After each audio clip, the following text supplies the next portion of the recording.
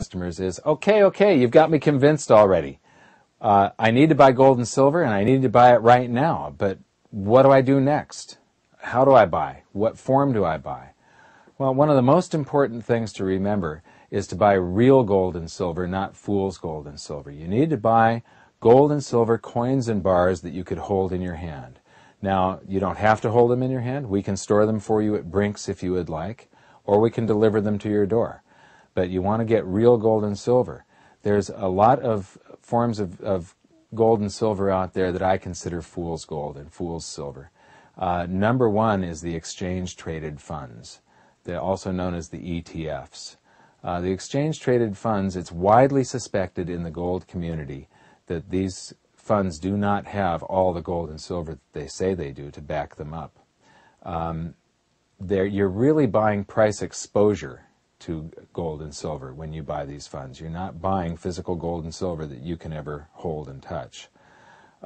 Also, you're taking the most private investment that there is. When you buy gold and silver, when you're buying from me, it's a transaction between just you and me.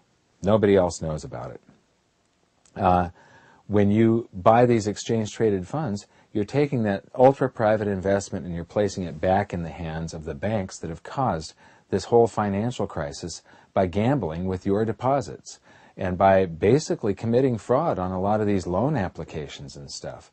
I don't trust them as far as I can throw them, and I can't throw them very far. So buy real physical gold and silver. The other things to watch out for are pool accounts and certificates. I don't believe that these have all the gold and silver to back them up. When you're investing in a pool account, basically you're investing in futures contracts.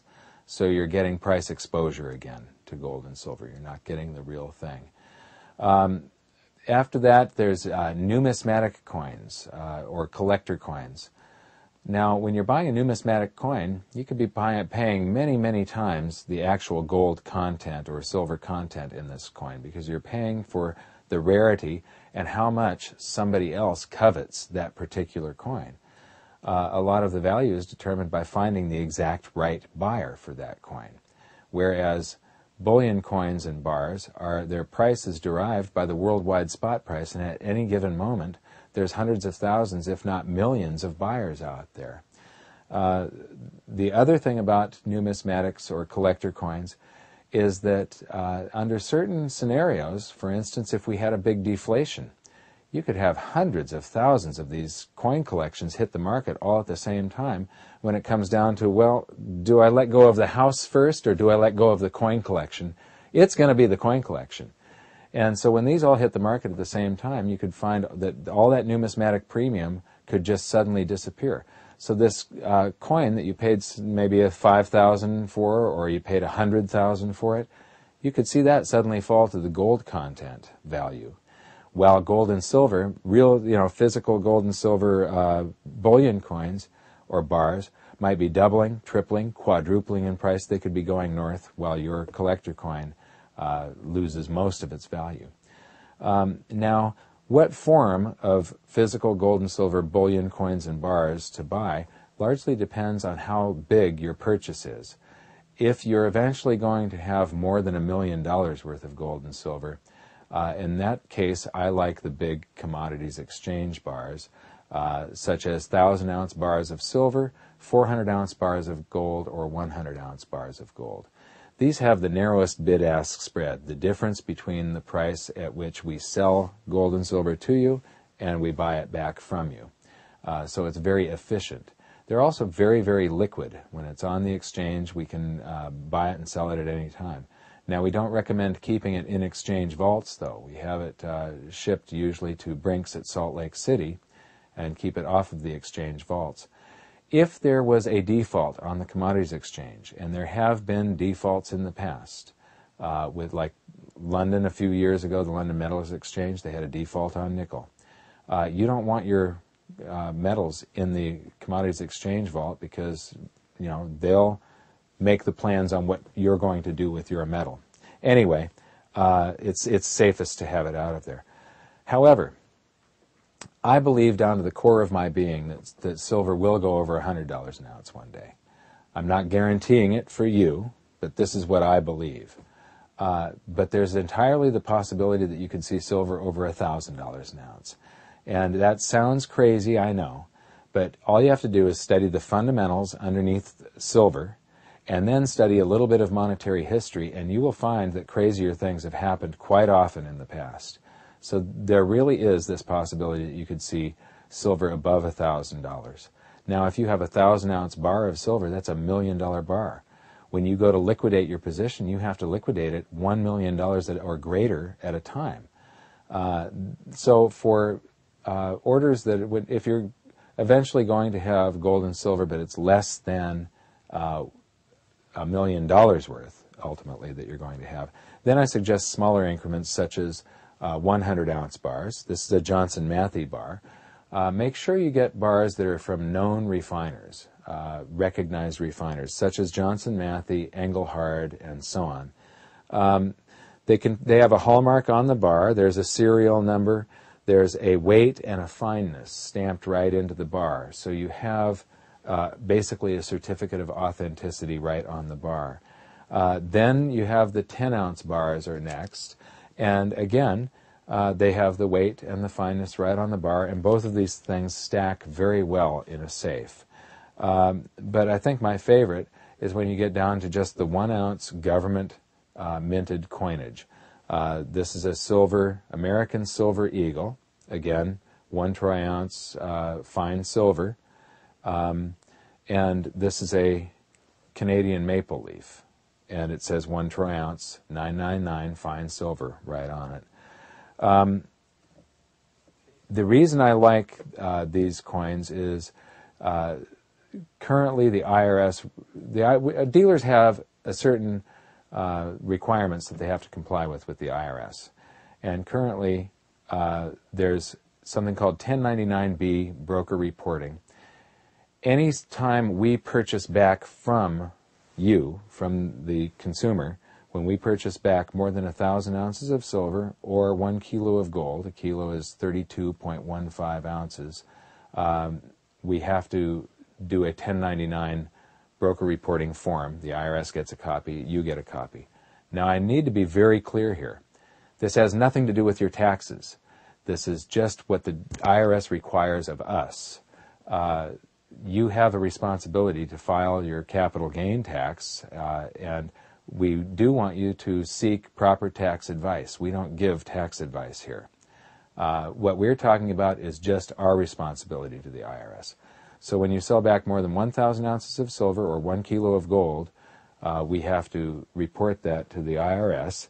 And then there's certain items that were traded as commodities contracts back in the 80s that also require reporting. That's the reason I don't particularly care for these. This is a $500 face value bag of $500 face value bag of silver quarters. This is called old junk coinage, U.S. junk coinage, 90% silver coinage. These were the $1,000 face value bags were traded as commodities contracts back in the 80s and require 1099 reporting. Also, people keep these around. I've got a few of them. I keep them around. I wouldn't buy any more of them. People tend to think that it would be good emergency coinage if there was a currency crisis. Well, during a currency crisis, you're going to hear the price of gold and the price of silver hourly on the radio and on television. And a dime weighs 0.072 ounces. A quarter is 2.5 times that, whatever that is. A silver dollar is about 0.77 ounces. So you're hearing the per ounce price on the radio. If you have an American Silver Eagle or a Canadian Maple Leaf or an Austrian Philharmonic, they say right on them, 1 troy ounce, 999 fine silver. And so that's what the gas station attendant just heard on the radio. He knows exactly what this is worth. He has no clue what a dime is worth or a quarter. So I don't particularly like these. Another thing about the broker reporting, when it comes to gold, there are 3 government-minted coins that do trigger 1099 broker reporting because they were also traded as commodities contracts back in the 80s. And that is the Mexican Onza, Canadian Maple Leaf, and the Krugerrand. So when you get to 25 of those coins, when you're selling them back to a dealer, that requires the 1099 broker reporting. But again, American Eagles, Austrian Philharmonics, the Australian Lunar Series, there's a whole bunch of government coins out there that you can buy, and we're not required by the IRS to report that. When you buy your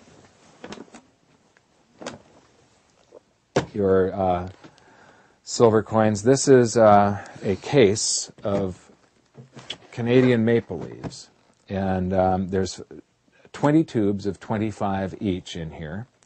So this is 500 ounces. When it's shipped to you, everything arrives by U.S. Postal Service in a priority mail box. It's fully insured, it's registered, and believe it or not, registered mail is the absolute safest way for us to get it to you, and it's very discreet. You don't want a big old armored car pulling up in front of your house. So we've shipped thousands and thousands of cases of gold and silver to people through the mail, and it's perfectly legal. In fact, the U.S. Postal Service delivered all of the gold to Fort Knox back in the 30s. The U.S. Silver Eagle comes in a really nice case. There's 25 tubes of 20 each in here. It says West Point Mint on it, United States Mint. So again, this is sort of like a certificate of authenticity. The value currently doesn't change when you cut these straps, but I would imagine that in a blow-off top, if you want to sell them when there's a frenzy, if this is open, the dealer has to open every single tube and thumb through them and make sure there's no washers and things in here. He's got to make sure it's all U.S. Silver Eagles. If the straps are on it, that dealer will just buy it back as is. So I think there could be a slight difference in the price if everybody's super busy and nobody has time to count individual coins. Now, when you get this is a box that's already been opened. There's an audit slip here that's got the count of all the coins, and it's signed by somebody at the mint. It's got the date on it and everything. This is a case that we've been using, so there's a few tubes out of it here, but it's got this nice tray. Again, 25 tubes of 20 each. And